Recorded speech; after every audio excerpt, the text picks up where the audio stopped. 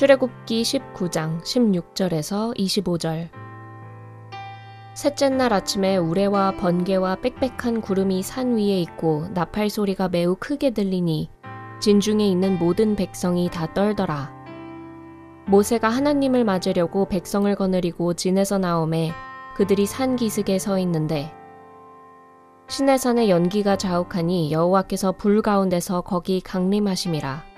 그 연기가 옹기가마 연기같이 떠오르고 온 산이 크게 진동하며 나팔 소리가 점점 커질 때에 모세가 말한즉 하나님이 음성으로 대답하시더라. 여호와께서 시내산 곧 그 산 꼭대기에 강림하시고 모세를 그리로 부르시니 모세가 올라가매 여호와께서 모세에게 이르시되 내려가서 백성을 경고하라. 백성이 밀고 들어와 나 여호와에게로 와서 보려고 하다가 많이 죽을까 하노라. 또 여호와에게 가까이 하는 제사장들에게 그 몸을 성결히 하게 하라. 나 여호와가 그들을 칠까 하노라. 모세가 여호와께 아뢰되 주께서 우리에게 명령하여 이르시기를 산 주위에 경계를 세워 산을 거룩하게 하라 하셨사온즉 백성이 시내산에 오르지 못하리이다. 여호와께서 그에게 이르시되 가라. 너는 내려가서 아론과 함께 올라오고 제사장들과 백성에게는 경계를 넘어 나 여호와에게로 올라오지 못하게 하라. 내가 그들을 칠까 하노라. 모세가 백성에게 내려가서 그들에게 알리니라.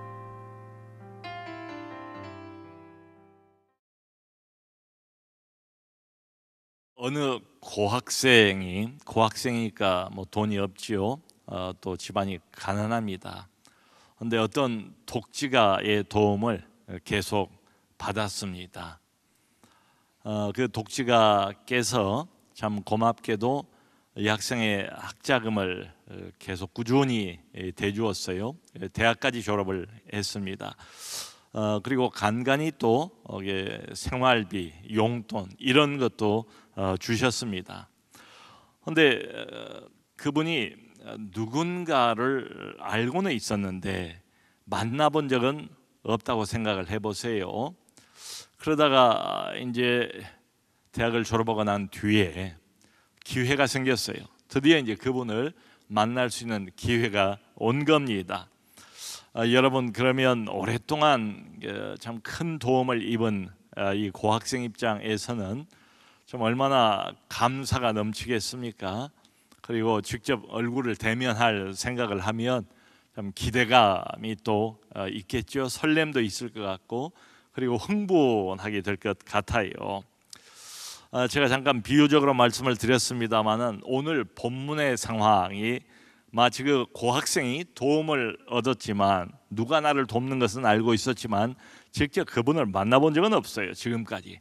근데 처음으로 만나는 것과 같이 바로 오늘 이 19장 출애굽기 여기 본문에서 이스라엘 백성들이 그동안 하나님의 도움을 힘이 입었지요. 그래서 출애굽했고 여기까지 왔어요.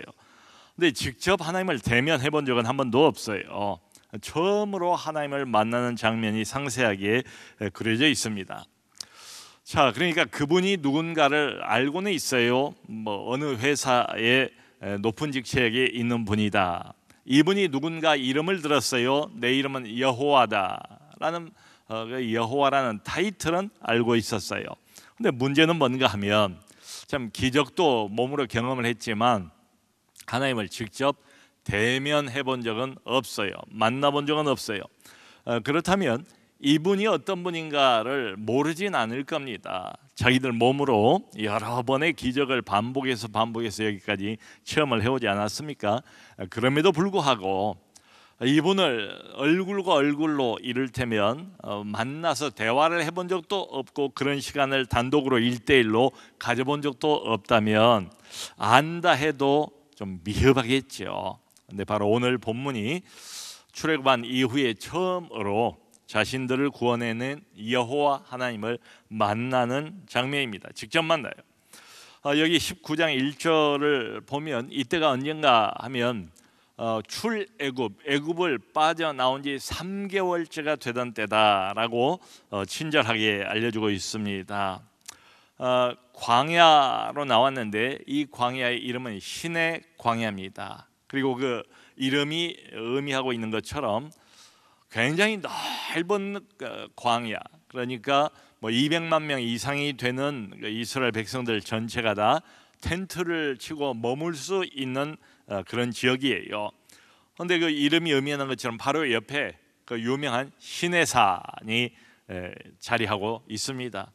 여러분, 시내산은 상당히 높은 산이에요. 약 2,300m 정도 되니까 우리나라에서 제일 높다는 백두산보다도 더 높은 산입니다. 바로 여기에서 하나님께서 백성들하고 최초로 언약을 체결하게 됩니다. 그러니까 지금까지는 일방적이라 하는 것은 그저 하나님이 은혜를 베푸시고 하나님이 기적을 베푸시고 하나님이 노예 상태로 뭐 이러지도 저러지도 못하고 꼼짝달싹 못하고 노예로 묶여있던 그 사람들을 일방적으로 도와주셨어요. 수동적으로 그 도움을 받았을 뿐입니다. 물론 앞으로도 계속해서 하나님은 도움을 주시는 분이고 이스라엘 백성들은 도움을 받는 처지인 것은 이건 변함이 없어요. 근데 이제 한 가지가 오늘 본문에서 이제 더해지게 됩니다. 이제 좀 달라지게 됩니다. 뭔가 하면 말씀드린 것처럼 이제는 하나님께서 공개적으로 자신을 드러내시고 이스라엘하고 만나세요.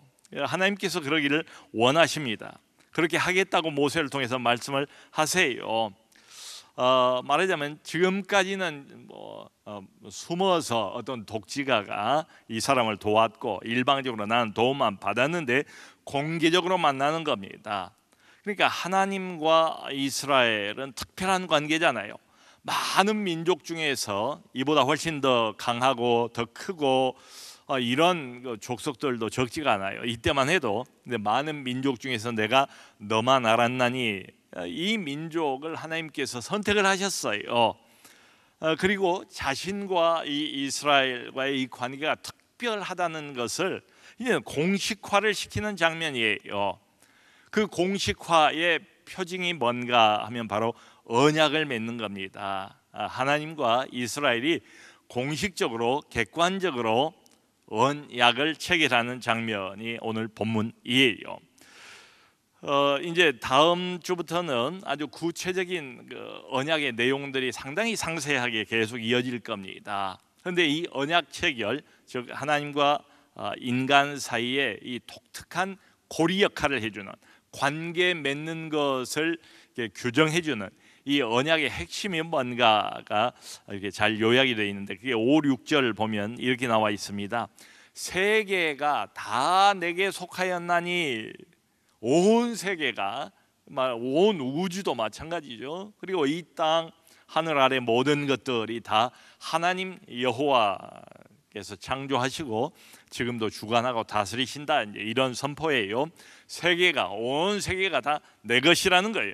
내 주관 하에서 내가 통치하고 다스리는 것이라고 선포를 먼저 하세요. 내게 속하였나니, 그 다음에 이제 이 백성들이 해야 될 언약의 어떤 요약을 이렇게 말씀을 하세요. 너희가 내 말과 언약을 잘 지키면, 너희가 내 말과 내 언약을 잘 지키면, 그러니까 여기 너희는 하나님의 은혜를 받은 너희, 구원을 이미 입은 너희, 하나님의 여러 종류의 기적을 이미 온 몸으로 경험한 너희는 계속해서 불평하고 반역을 했지만 그럼에도 불구하고 너희의 불평과 반역을 내가 다 받고 그 문제들을 해결해 준 바로 하나님, 이제 그런 의미가 다 담겨 있어요. 너희가 내 말과 내 언약을 잘 지키면 모든 민족 중에서 내 소유가 될 것이요 제사장 나라와 거룩한 백성이 될 것이다, 이렇게 말씀을 하세요. 그러니까 여기 나와 있는 것처럼 하나님과 백성 이스라엘, 그리고 이스라엘과 하나님과의 이 특별한 관계, 언약의 핵심은 뭔가 하면 굉장히 조건적이에요. 내 말과 내 언약을 잘 지켜야 된대요. 그러면 너희가 내 소유가 되고 진심으로, 그리고 거룩한 나라가 되고 제사장 나라가 될 것이다 라고 말씀을 해 주세요. 모세가 하나님께 이 말을 맨 먼저 들었어요. 그리고는 장로들에게 그대로 전달을 했습니다. 이 앞에 보면 그게 나와요. 하나님이 이렇게 말씀하셨습니다. 우리하고 정식으로 이제는 공식적으로 언약 관계를 체결하기를 원하신다고 하십니다 라고 이제 전달한 거예요. 핵심이 뭐예요? 너희가 내 말과 내 언약을 잘 지키면 이었잖아요. 그래서 장로들이 이 말을 듣고 이구동성으로 이렇게 대답을 합니다. 우리는 하나님이 무엇을 말씀하시든지 그 하나님의 명령대로 다 행하겠습니다 라고 결심을 굳혔어요. 백성의 대표들이니까 온 백성이 하나님이 무엇을 말씀하시든 그 명령에 우리가 따르겠습니다 라고 반응을 보였습니다. 여기까지 참 좋습니다. 자, 그런데 그 다음에 이렇게 쭉 읽어보면 이제 하나님과 백성이 만나야 하잖아요. 만나서 이제 공식화를 시키고 관계를 언약을 체결하는 장면이 나오게 되는데 이 만남이 그냥 쉽게 성사가 되지를 않아요. 하나님께서 하나님 자신을 이 백성들이 이제 처음으로 만나는데 그 만남에서 조건을 내거세요. 그 조건이 뭔가 하면 그러니까 아까 언약의 내용하고 언약 그 내용에 순종하는 것하고는 달라요.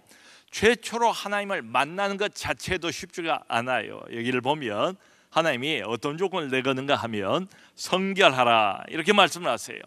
구체적으로 지시를 하세요. 다 옷을 빨래요. 옷을 빤다는 것은 무슨 뜻이겠습니까? 더러운 때를 없애는 게 옷을 빠는 행위 아니겠어요? 그러니까 우리의 마음을 정결하게 하는 하나님을 만나기 위한 말하자면 밑작업을 하는 거지요. 옷을 정결하게 빨라고 말씀하시고 그 다음에 여인을 가까이 하지 말라.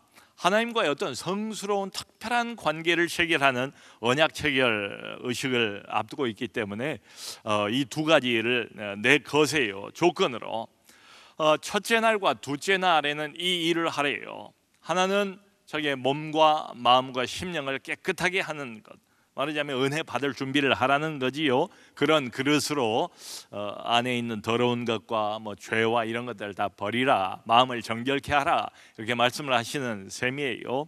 그리고 난 다음에 여인을 당분간 멀리하라, 부부관계를 금하세요.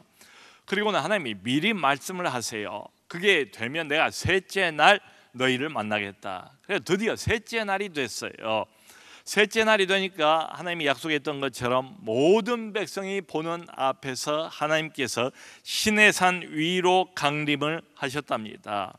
그 내용이에요. 19장 전체가 10절에 보면 구체적으로 그렇게 나와 있어요. 하나님이 셋째 날이 되니까 드디어 시내산 위로 강림을 하셨대요. 자, 그런데 여기까지 참 좋습니다. 여러분, 애굽에서부터 우리가 듣지도 보지도 못했던 신 아닙니까? 그런데 조상 대대로 섬겨왔다고 하는 그 여호와라는 신이 드디어 나타났어요. 우리의 고충, 우리의 고난, 우리의 핍박당하는 이 삶의 현장 안으로 들어오셨잖아요. 모세를 보내셔서 하나님이 하나님 말씀을 계속 우리에게 전하시고 6월절 대단한 사건을 경험하게 하시고 그 전에 10가지 참 듣도 보도 못한 대단한 기적들을 반복해서 경험을 했잖아요. 홍해를 통과했잖아요. 그리고 광야로 나와서 당장에 먹을 게 없는데 하나님이 만나를 주셨잖아요. 반석을 쳐서 물을 주시잖아요. 아말렉과의 전쟁에서 또 희한한 방법으로 하나님이 승리하게 하시지 않습니까? 그러니까 이 모든 것들을 다 겪은 백성들이에요. 그러니까 얼마나 이 하나님을 좀 만나고 싶겠습니까? 궁금하겠습니까? 도움은 많이 받았는데 만나본 적은 없었는데 이분이 직접 우리를 만나 주신다고 그러니까 고맙기도 하고 감사하기도 하고 뭐 영적인 호기심도 발동하고 등등 그러지 않겠습니까? 자, 그런데 여기까지 참 분위기가 좋아요. 근데 오늘 본문을 보면 우리가 놓치지 말고 이제 주목을 해야 될 뭐랄까 분위기가 나와요. 좋은 분위기잖아요. 하나님도 좋은 마음으로 만나시겠다고 말씀을 하신 것 같아요. 그런데 계속 아까 우리가 읽었던 그 내용을 보면 주목할 게 뭔가 하면 여러 번 하나님께서 반복해서 경고를 하세요. 좋은 날, 좋은 만남, 의미 있고 뜻 있는 첫 만남이죠. 전능하신 하나님과 인간과의 첫 번째 대면의 장면이지 않습니까? 그런데 하나님이 계속해서 아까 읽으셨던 것처럼 경고의 경고를 반복해서 말씀을 하세요. 모세에게 구체적으로 이런 말씀을 하십니다. 내가 시내산 위로 강림을 할 텐데 백성들이 산 위로 오르지 못하도록 산 밑에다 울타리를 치래요. 경계선을 치래요. 그리고 절대로 그 경계선을 넘지 말라고 이야기를 하래요. 그리고 한 걸음 더 나아가서 그 누구도 산 위로, 그러니까 시내산 위로 올라오지 말라고 그렇게 명령을 하세요. 그리고 덧붙이기를, 왜냐하면 이걸 어기면 결단코 죽임을 당할 거라는 거예요. 죽을 거라는 거예요. 그러면서 이런 말씀까지를 하세요. 몇 사람이 죽을 걸 마치 내다보시는 것처럼 그 사람을 죽일 때에 손을 대서 죽이지도 말래요. 돌을 던져서 돌로 쳐서 죽이든지 아니면 멀리서 화살을 이렇게 쏘아가지고 활로 죽이든지 그렇게 하래요. 여기 12절 보면. 여러분, 참 이 좋은 날, 좋은 만남, 의미 있고 뜻깊은 전능자 하나님과 인간과 하나님이 선택한 백성끼리의 만남인데 하나님께서 왜 이렇게 무서운 말씀만 계속해서 반복하시는가? 좋은 분위기에 마치 찬물을 끼얹는 것처럼 말이죠. 이런 생각이 들 정도예요. 자, 이게 다 무엇을 말하겠습니까? 우리 편에서 보면 하나님을 만나는 게 그냥 할렐루야 고맙습니다, 하나님 지금까지 도와주신 것도 너무 고맙지만 직접 이렇게 자신을 드러내시고 만나주신다니까 더더욱 고맙습니다, 기다려집니다. 우리는 이제 이런 심정일 거예요. 하나님을 만나는 것은 참 좋습니다. 그런데 잘못 이분에게 접근을 하게 되면 어김없이 죽는다고 경고를 하시는 거예요. 사실이 그러니까 말이죠. 그러니까 하나님을 만난다는 것은 이렇게 보면 동전의 양면과 같아요. 굉장히 기대가 되고 설레고 참 궁금하기도 하고 이런 면이 있죠. 긍정적인 면이. 그런데 동전의 양면, 다른 면으로 보면 잘못 접근을 하면 죽어요. 그러니까 뭐 흔히 하는 말씀이게 하나님을 만나는 이 일은 모 아니면 도, 하나님을 만나는 이 일은 사느냐, 그 영혼이 살고 그 참 생명을 얻으려면 하나님을 만나야 하지 않습니까? 만나는 것 자체가 생명이지 않습니까? 우리에게는. 근데 잘못 만나면 이게 죽음이에요. 그야말로 사느냐 죽느냐, 이게 하나님을 만나는 일이에요.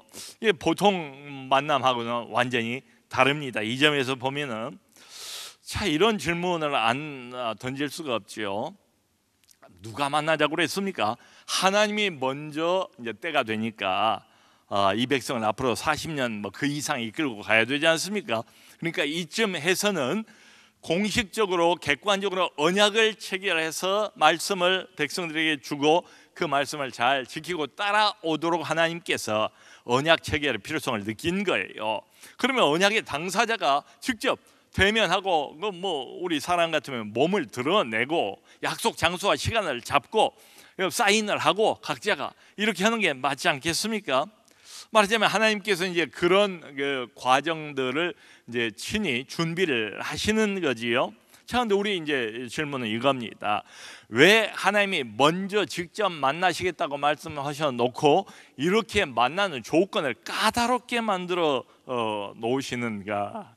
그러니까 하나님을 만나는 것 자체가 우리에게는 생명이에요. 생명인데 만나야 돼요. 그러니까. 근데 왜 동시에 하나님께서 만남에 대해서 그 좋은 만남을 말씀을 하시면서 죽음을 동시에 말씀하고 계시는가? 여러분, 조금 전에도 우리가 여름 성경학교와 수련회, 우리 지금 뭐 유년부 또 중등부 고등부 기도하지 않았습니까? 저도 매일같이 기도를 합니다. 근데 안 빼놓고 기도를 하는 게 안전을 위해서 기도를 해요. 여러분들도 그렇게 기도하신 줄로 압니다. 근데 또 하나 안 빼놓고 기도하는 두 가지 중에 또 하나가 뭔가 하면 이 아이들이 비록 어리지만 특별한 시간 아닙니까? 또 특별한 기대를 가지고 가는 것 아니겠습니까? 이 아이들이 꼭 하나님을 만나도록 그걸 위해서 기도를 해요. 예수 그리스도를 인격적으로 만나는 시간이 되도록 예수 그리스도에 대해서, 하나님에 대해서, 성경 말씀에 대해서 매주마다 교회에서 우리 전도사님이나 목사님을 통해서 많이 듣지 않았겠어요? 많이 들었어요. 근데 아이들이 정말로 그리스도를 만나는가, 하나님을 만나는가, 하나님을 진짜로 만나야 이게 참 생명을 얻는 것이 되고 영원한 생명을 얻는 것이 되는데, 듣기는 많이 들었지만 하나님을 정작 아까 그 고학생처럼 만나지는 못한 이런 경우들도 많이 있을 거라고 생각을 해요.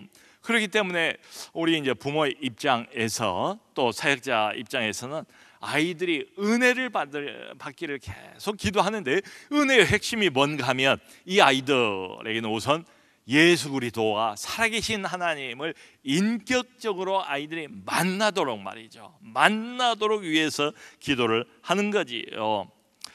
여러분, 참 생명, 영원한 생명, 하늘의 생명, 영적인 생명, 그러니까 육적인 생명 말고요, 영적인 생명은 다른 도리가 없어요. 성경을 봐도 하나님을 정식으로 만나야 돼요. 인격적으로 만나야 얻을 수가 있어요. 본문이 바로 그거라니까요. 본문은 하나님의 백성들이 전능하신 하나님, 자기들을 구원하시고 출애굽시키셔서 여기까지 이끌고 가신 그분을 본격적으로 만나는 장면이에요. 그런데 우리가 잊지 말 것은 그냥 만날 수 있는 게 아니다. 여기 어떤 좀 중요한 사람, 좀 유명한 사람 쉽게 만나기는 어렵겠지만 그래도 못 만나는 건 아니잖아요. 하나님을 만나는 거 이렇게 쭉 보면 이게 그냥 만나지는 것도 아니고 내가 원한다고 만나지는 것도 아니고 쉽게 만나는 이런 만남도 아니다. 그러니까 하나님을 만나는 일에 있어서는 조건이 붙어 있습니다. 조건이 붙어 있어요. 그러니까 예를 들어서 어떤 중요한 사람을 만난다 가정을 해봅시다. 여러분이 어떤 참 내 비즈니스에 아니면 내 개인 인생에 중요한 어떤 사람을 만난다고 할 때 뭘 준비를 하시겠어요? 아마 대부분 내 용모를 좀 깨끗하게 단정하게 머리도 깎고 말이죠.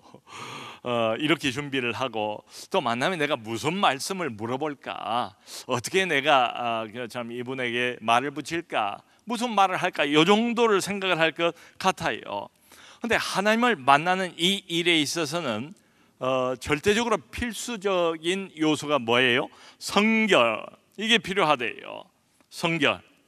이거 외모를 보시는 분이 아니잖아요. 내가 무슨 말을 하고 말고 이런 차원의 만남이 아니지 않습니까? 내 마음, 내 영혼, 내 양심을 깨끗하게 성결하게 만드는 것. 그리고 또 하나가 뭔가 하면 아까 계속 말씀하신 것처럼 경계선을 넘지 말라. 함부로 경계선을 넘지 말라. 그러니까 하나님을 만나는 이 만남은 좀 특별한 거예요. 만나기는 만나주는데 거리를 유지하는 게 필수적이에요. 경계선을 넘어서 더 가까이 오면 죽음을 면치 못하리라. 지금 이렇게 돼 있는 거예요. 여러분, 그저 우리가 가끔 가다가 외국에도 그렇고 우리나라에도 그런 일들이 과거에 보면 없지 않아 있었어요.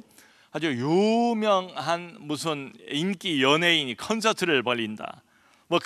큰 경기 빅매치가 커다란 운동장에서 있다 그러면 그 유명한 연예인을 보려고 그 사람들이 확 이렇게 몰리는 경우가 있잖아요. 그냥 확 그걸 보려고 그 가까이 가서 이 사람을 좀 만나려고 직접 가까이서 보려고 그렇게 하다가 그냥 대열이 무너져가지고 밟히기도 하고 이래서 그 인명피해를 입는 이런 사고들이 있지 않았습니까? 그 생각이 아주 똑같지는 않지만 비슷한 비유는 될 거예요. 마치 그런 것처럼 하나님이 울타리를 쳐놓았어요. 그런 경기장이나 그런 콘서트를 봐도 다 그 울타리를 경비업체에서 나와가지고 치지 않습니까? 이 이상은 넘어오지 못하도록. 근데 거기를 넘어가는 거예요. 넘어갈 가능성이 다분히 많다라고 하나님께서 여기신 거예요. 그러니까 이 백성들의 궁금증, 백성들의 호기심, 영적인 갈망이 있는 것은 좋습니다. 근데 그걸 넘어서 단순히 어떤 인간적인 호기심을 우리 인간들은 가지고 있는 것 같아요. 도대체 그 놀라운 10가지 기적을 행한 그분이 도대체 누구냐? 얼굴 한번 좀 제대로 보자. 홍해를 갈라내시고 만나를 하늘로부터 비같이 날마다 내리시고 메추라기도 주시고 이 대단한 신, 이 신이 누구냐? 여러분, 애굽에서 섬기던 신은 다 눈으로 볼 수 있는 신이거든요. 동물의 형상을 형상화시켜 놓지 않았습니까? 나무 조각으로 만들든지 돌 조각으로 만들든지 소의 형상을 만들어 놓고 고양이 형상을 만들어 놓고 달의 형상을 만들어 놓고 그걸 신이라고 직접 눈으로 보면서 섬겼던 사람들이잖아요. 그러니까 거기에 익숙해 있어요. 이 여호와라는 우리 하나님도 도대체 얼굴이 어떻게 생겼는지 이분 한번 똑똑히 한번 쳐다보자. 이런 이거 참 악한 호기심이지요. 이런 것들이 집단으로 발동할 가능성이 대단히 많았던 것처럼 보여요. 그러니까 250만이 한꺼번에 달려들면 어떻게 되겠습니까? 직접 다른 사람보다 더 빨리 먼저 가까이 가서 이분을 보고 싶어하는 사람들이 분명히 있었을 거라고요. 근데 하나님께서 꼭 이런 어떤 인명피해와 사고 때문에 그러신 건 아니에요. 차원이 다릅니다. 인간과 하나님은, 인간은 완전한 죄인이에요. 머리끝에서 발끝까지. 하나님이 보실 때는 이들이 깨끗하고 이들이 청결해서 하나님께서 이들을 구원하시고 여기까지 인도하신 게 전혀 아니에요. 여전히 더러워요. 여전히 죄 문제를 자기들은 감당하지 못해요. 그 죄값대로 하면은 100% 거룩하신 하나님 앞에 나가면 죽일 수밖에 없어요. 하나님은 공의로우신 분이니까. 이게 무슨 말인지를 이 사람들은 아직도 몰라요. 그러니까 일단 가까이 오지 못하도록, 오면은 죽으니까 말이죠. 너무 가까이 오지 못하도록 경계선, 울타리를 친 겁니다. 이걸 한 번만 넘으면 봐주는 게 없다는 거지요. 이건 이게 뭐 그 어떤 여지가 없어 보여요. 한 번 실수하면 그냥 죽음이래요. 자, 여러분, 하나님이 이 백성을 선택하셨어요. 그리고 하나님이 이 백성을 구원하셨습니다. 그리고 하나님께서 먼저 만나자, 언약을 체결하자, 모든 걸 다 하나님께서 주도권을 가지고 지금 이 과정을 이어가고 계세요. 성도 여러분, 여기 오늘 본문을 보면 이거 한 가지는 아주 분명해요. 하나님께서 우리를 만나세요. 하나님께서 먼저 그것을 좀 원하시잖아요. 우리도 만나고 싶지만 하나님이 먼저 우리를 만나기를 원하세요. 근데 이게 중요합니다. 근데 우리가 원하는 방식은 아니에요. 이게 중요해요. 이게 핵심이에요.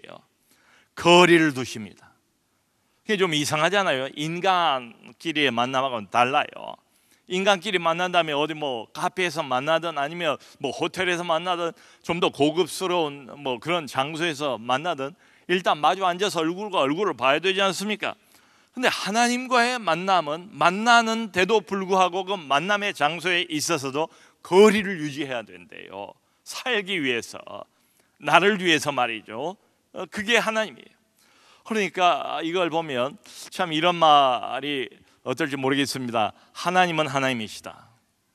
우리가 굉장히 하나님을 친밀하게 가깝게 느끼고 싶잖아요.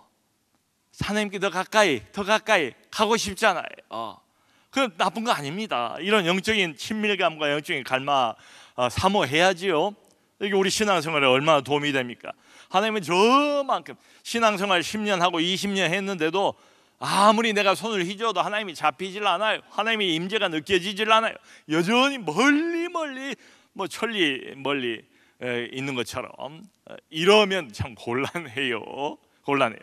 하나님을 가까이 느끼는 게 정말 필요하고 하나님께 가까이 나가는 이런 자세가 정말로 중요해요.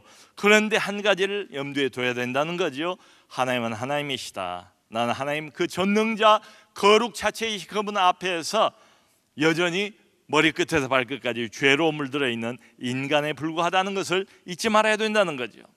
그러니까 이렇게 보면 우리 하나님을 만나는 일, 이것이 우리 신앙생활의 사실은 핵심입니다. 우리 신앙생활에 뭐 사느냐 죽느냐의 사활을 좌우하는 문제가 뭐 봉사도 있고 헌금 잘 내고 하는 것도 신앙생활의 중요한 부분 요소일 수 있겠습니다만, 이보다 실제로 더 중요한 신앙의 핵심은 뭔가 하면 하나님을 만나는 거예요. 제대로 만나는 거예요. 근데 여기 보여주는 것처럼 하나님을 만나는 이 신앙생활의 가장 핵심은 처음부터 끝까지 하나님이 주도하신다. 말하자면 내가 원하는 방식대로 하나님 앞으로 가다가는 죽어요. 그러니까 이 본문이 보여주는 것은 하나님을 만나는 것을 하나님도 원하시는데 하나님이 정하신 방식을 따라가야 됩니다. 이게 핵심입니다. 여러분, 우상 숭배가 이 점에서는 완전히 반대예요. 여러분, 가나안 이제 사람들이 그 바알을 섬기잖아요. 아세라를 섬기잖아요. 뭐 금오수 신을 섬기지 않습니까? 그러니까 꼭 그 보고 이방신들 섬기는 걸 보고 이스라엘 백성들이 따라하잖아요. 근데 이방신들 지금도 마찬가지예요. 원리는 똑같습니다. 이 이방신들 우상을 숭배하는 것은 가만히 들여다보면 내가 주도권을 가지고 있어요. 어떤 부족을 사용하든지 어떤 주문을 사용하든지 어떤 그 신을 섬기는 어떤 방식이 있어요. 종교의식이 있어요. 그것만 행하면 그 신을 내 마음대로 움직여서 그 신이 내가 원하는 대로 비도 주고 그리고 아이도 주고 생산도 뭐 더 많아지게 하고, 이게 이방신인 우상을 숭배하는 사람들의 밑바탕에 깔려있는 기본 정신이에요. 그러니까 결국은 뭔가 하면 하나님이 이분은 만나기 위해서는 그분이 정하신 방식대로 우리가 따라갈 수밖에 없고요. 그래야 사니까 우상을 섬기는 요 일은 내가 내 나름대로 이 우상을 움직이고 조종할 수 있다. 이 주도권을 내가 행사할 수 있는 게 이게 다른 점이에요. 자, 여러분, 이제 바로 오늘 본문 19장 이후로는 하나님께서 여러 계명을 주시고 그 이후에 이제 성막 있지 않습니까? 광야 40년을 이동을 해야 되니까 이게 건물을 만들 수는 없고 솔로몬이 나중에 성전을 짓고 그 전에 40년 동안 성막을 이게 가지고 다니면서 하나님을 예배하고 제사하고 그러잖아요. 이 성막이라는 게 뭐 하는 물건입니까? 하나님을 만나는 장소예요. 그래서 영어로는 이게 미팅 텐트입니다. 사람을 만나는 장소가 아니고 그 안에서는 오직 한 분 하나님, 이 백성들의 절대 유일무이한 신이신 하나님, 그분을 만난 장소가 성막이에요. 그런데 이 성막을 이제 짓는 걸 쭉 출애굽기 뒷부분에서 저희가 보게 될 텐데, 하나님께서 말이죠, 일일이 다 지시를 하세요. 나무는 재료를 무슨 나무를 쓰고, 실은 재료를 무슨 실을 쓰고, 실의 색깔은 이걸 쓰고 저걸 쓰고 저걸. 그러니까 하나님께서 이렇게 쳐다보고 있으면 참 별거 소소한 것까지를 그 크시고 그 전능하시고 그 무한하시고 그런 하나님께서 일일이 다 작은 것까지 우리가 볼 때는 정말 그 외우기도 쉽지가 않은 이런 것까지를 다 간섭하시고 다 하나님이 결정하시고, 하나님이 하라고 하는 그 재료를 써야 되고 그 치수를 그대로 재서 지어야 되고 실의 색깔까지를 정확하게 하나님이 말씀하신 대로 해야 돼요. 이게 왜 그럴까요? 여러분, 성막이 어떤 장소라고요? 사람을 만나는 장소가 아니에요. 하나님을 만나는 장소예요. 이게 보여주는 게 뭡니까? 하나님을 만나는 일, 하나님과 교제하는 일, 이 일에 있어서만큼은 우리 죄로 여전히 부패해 있고 죄로 물들어 있는 인간들의 인간적인 생각이 조금도 개입하지 못하도록 하나님께서 다정하셨다, 이 말이죠. 말하자면 크게 보면 하나님을 만나는 게 생명입니다. 오늘도 우리가 하나님을 만나야 되고 내일도 하나님을 만나야 돼요. 교회만 왔다 갔다 해가지고는 그 신앙 잘하지도 못하고 신앙의 핵심을 제대로 짚은 것도 아닙니다. 하나님을 우리가 정말로 구체적으로 개인적으로 만나야 돼요. 그런데 이 하나님을 만나는 이 방법이 문제다. 이 방법에 있어서는 절대로 사람이 정하지 않는다. 그리고 아주 오랜 시간이 지나서 똑같은 원리를 사도행전 4장 12절을 보면 베드로는 이렇게 외칩니다. 유대인들 앞에서 다른 이로서는 구원을 얻을 수 없나니 천하 인간의 구원을 얻을 만한 다른 이름을 우리에게 주신 일이 없음이라. 하나님이 구원의 방법을 정하신 거예요. 그러니까 구원이라는 것은 내 마음에 드는 어떤 방식 하나를 골라 잡고 열심히 섬기면 다 구원 얻을 수 있고, 구원이라는 것은 큰 산의 정상과 같아서 그 산을 올라갈 수 있는 방식은, 길은 동서남북 사방으로 다 나 있다, 올라가면 다 똑같은 하나님입니다. 그건 거짓말입니다. 성경은 그렇게 말하지 않습니다. 하나님은 하나님을 만나는 방법을 정해 놓으셨어요. 구원을 얻는 방법을 처음부터 정해 놓으셨어요. 그래서 드디어 셋째 날 아침이 됐답니다. 우레와 번개가 치고 빽빽한 구름과 나팔 소리가 크게 들리고 시내산 전체가 마치 옹기점처럼 연기가 막 솟아오르면서 그 불 가운데서 드디어 하나님께서 강림을 하십니다. 강림하실 때 온 산이 크게 진동을 하면서 마구 흔들렸습니다. 그리고는 하나님께서 음성으로 모세의 권위를 높이기 위해서 음성으로 하나님께서 말씀을 해주세요. 산 꼭대기로 하나님이 강림을 하셨대요. 그럼 모세만 올라오라고 말씀을 하세요. 모세가 올라갔는데 하나님이 모세에게 주신 첫 마디, 그러니까 백성을 만나기 위해서 강림을 하셔서 모세에게 주신 첫 마디가 뭔가 하면 백성들을 경고하라. 그들이 그 말을 안 들으면, 그렇게 올라오면, 경계선을 넘으면 죽을까 하노라. 그들을 칠까 하노라. 아까 계속 반복해서 나온 말이 그 말이에요. 그러니까 모세가 이미 단단히 일러놨지 않습니까? 백성들한테 울타리 절대 넘지 마라, 경계선 넘지 마라, 넘으면 죽는다, 산에 올라오지 마라 라고 이야기를 했잖아요. 그러니까 모세가 하나님한테 뭐라고 말하는가 하면, 하나님, 이미 산 주위에 경계선을 단단히 쳐놓았고 내가 이야기를 했습니다. 그러면 그들이 오르지 못할 것입니다 라고 응답을 해요. 그랬더니 그걸 듣고 하나님께서 아까 우리가 읽은 본문이 이제 나와요. 아니다, 이렇게 말씀하시는 셈에 다시 말씀을 하시는, 아니다 모세야, 가서 다시 말하라 라고 말씀을 하세요.